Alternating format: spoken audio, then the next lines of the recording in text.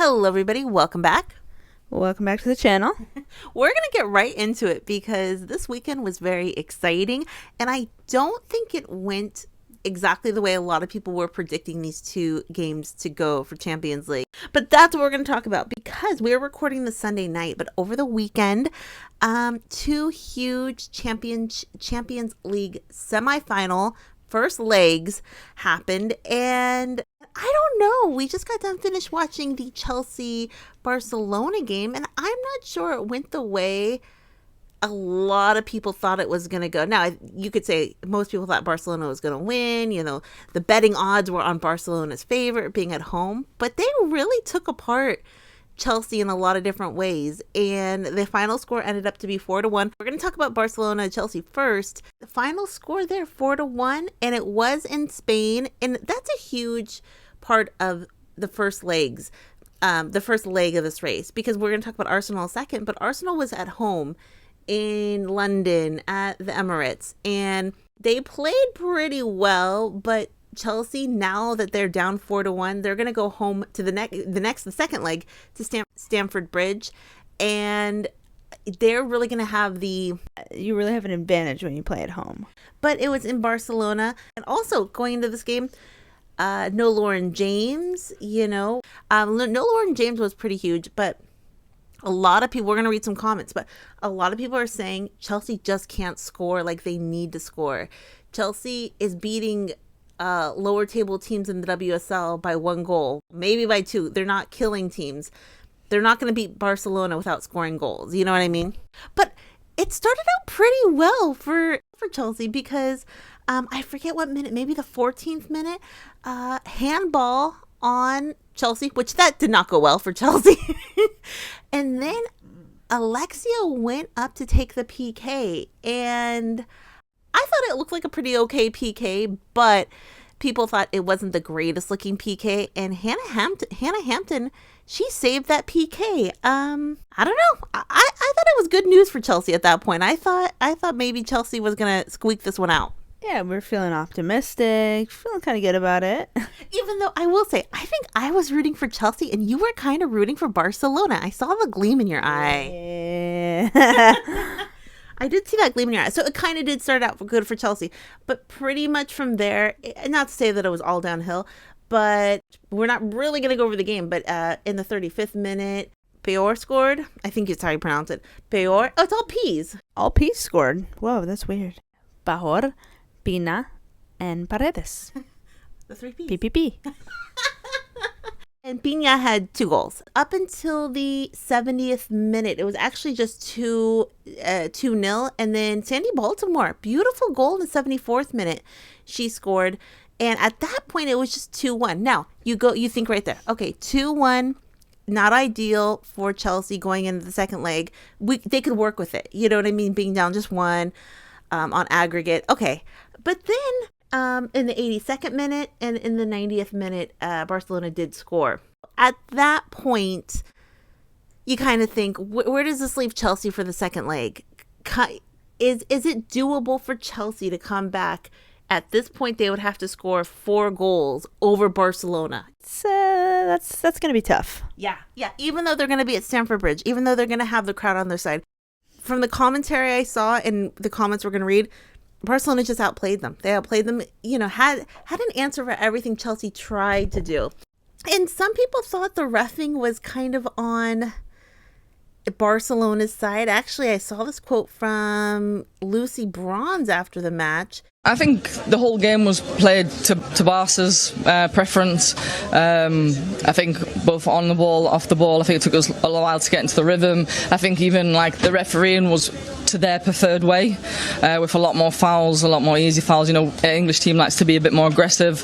I think we couldn't quite find our rhythm because of that. And I think, once they scored a few goals, we got a bit more tired.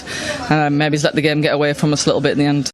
Might play the clip, but Lucy said the reffing style was more to Barcelona's style, so it kind of favored them, which kind of makes sense if they're in Spain, but obviously I think it should be impartial, right? Yeah, and it might be even subconscious.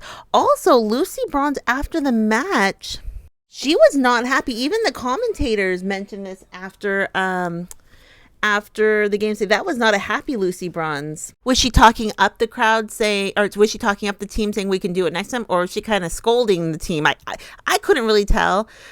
Some people try to read her lips saying, somebody says, she said, we'll beat them at Stamford Bridge next week. Someone said that she said, I can't find the quote, like, I forget. If I put it up, I'll tell you what I read. That he said I couldn't read her lips, but she did not look happy. I kind of like an angry Lucy.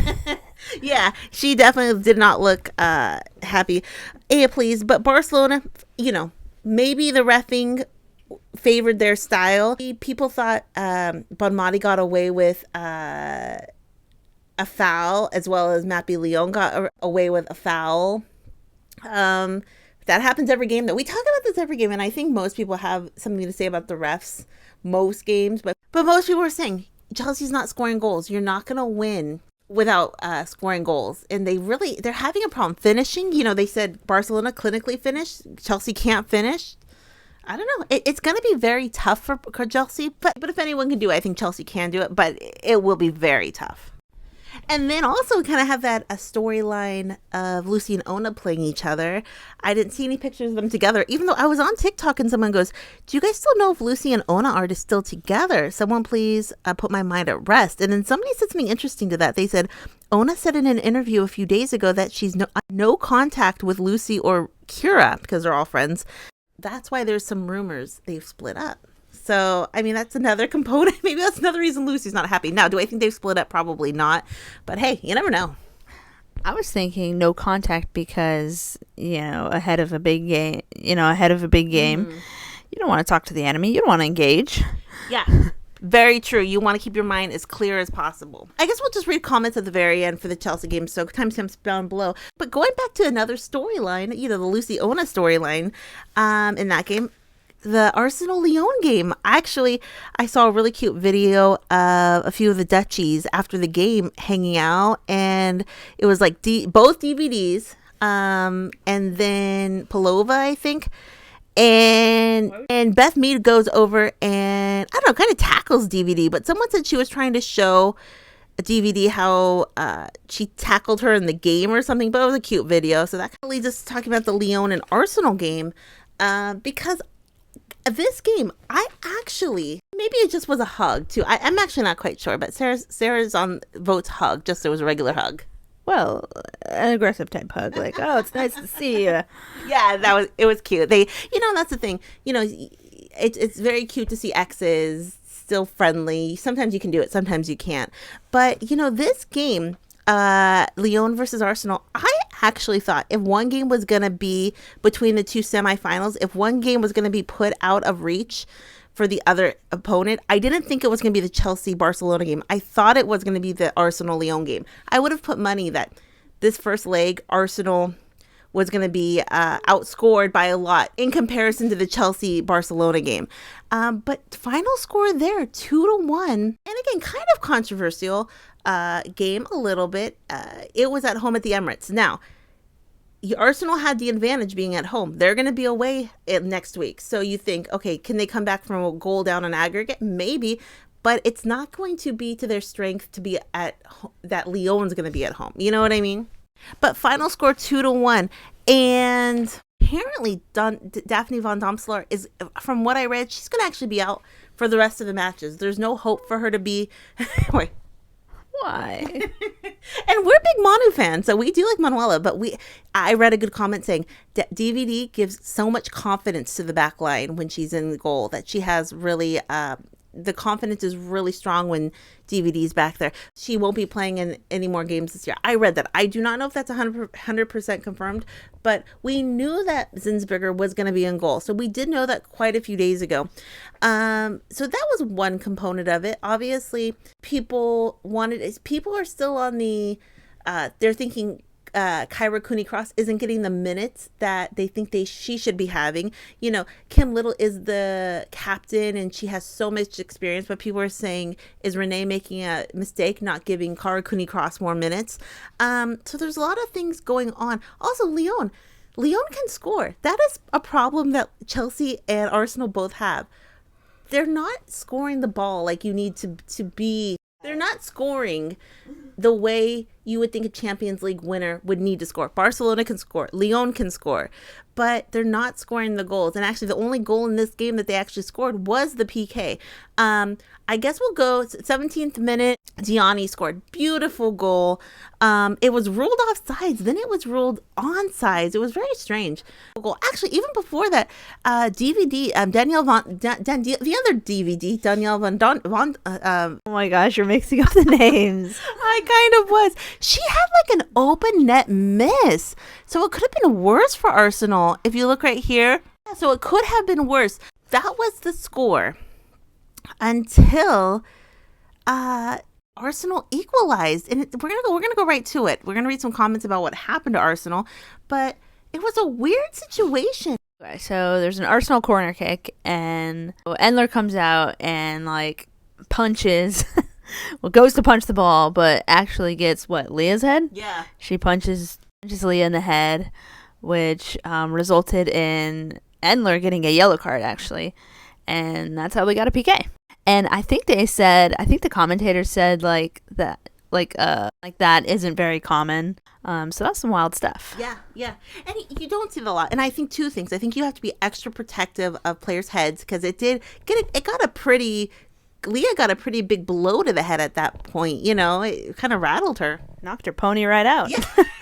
And the other interesting thing, the commentators even said, Leah didn't even protest. Hey, she kind of seemed to just be like, okay, I got hit in the head, which is kind of weird, but maybe she figured either VAR was going to check it no matter what, or she thought there's no way that Endler would get a yellow for that, or she was punched so hard. She was rattled. That she was knocked into last week, that she was rattled. She didn't even know what happened. She didn't know where she was. Yeah. And I don't think it was that one, but a lot of those components went into Arsenal getting a PK and Mariona connecting beautifully with this goal, with this PK.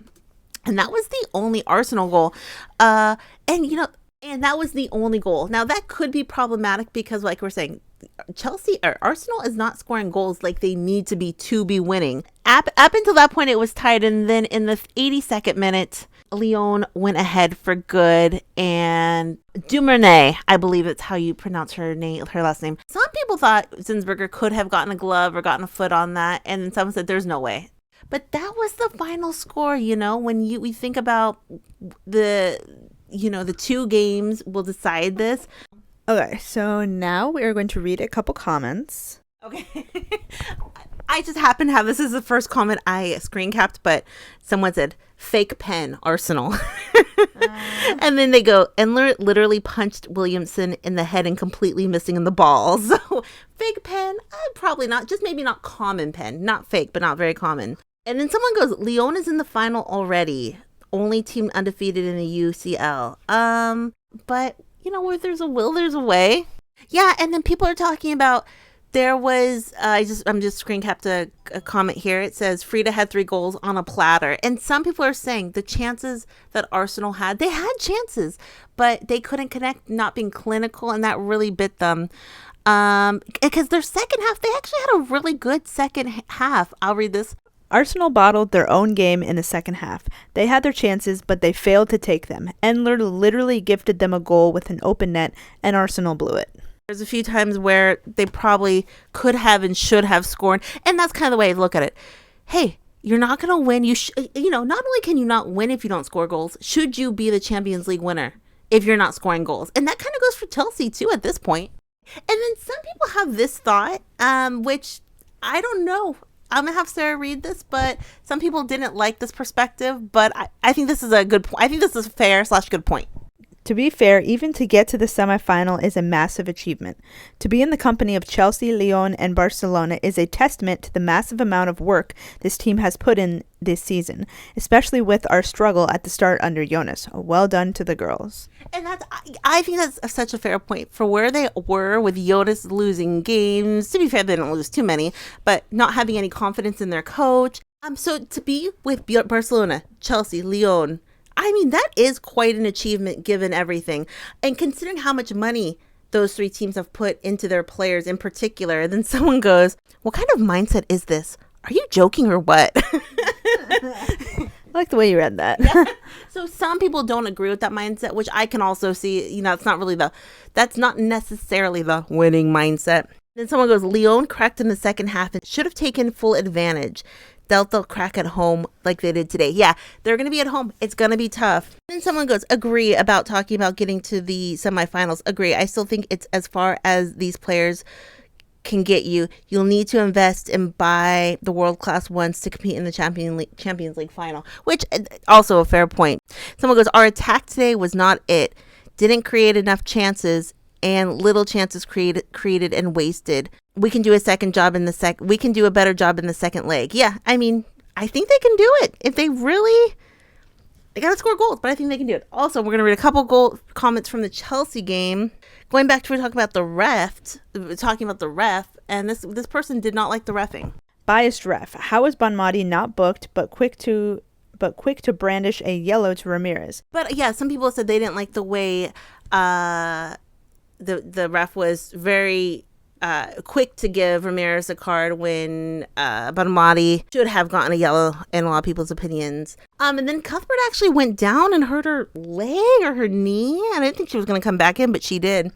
And then I saw this a few times, and this got a lot of likes. Someone says, guess we'll have to wait another season again only to get Barcelona in the semis again.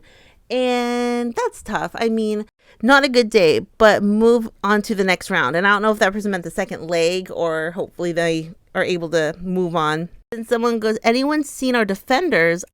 I'm looking 4-1. Shocking, to be honest. Barca deserved the win. Anyway, 4-0 win at Stamford Bridge next week. See you there. So the person's basically saying, yeah, that's what you're going to have to do to get to the next round. And then someone goes, do you really think we're going to go 4-0 against Barcelona? Yeah, it's gonna that will be tough. This comment says, I'm not angry, just a little disappointed, but it's Barcelona and we certainly ain't at their level yet. 4 goals, that's a lot, and I hope that a miracle happens at the bridge. Safe journey back home.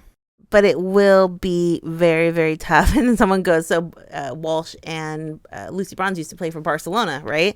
And then someone goes, Walsh and Bronze, forgot they play for Chelsea. Wait, I did the same thing today too. I was like, you guys new here or am I new here? I know, right.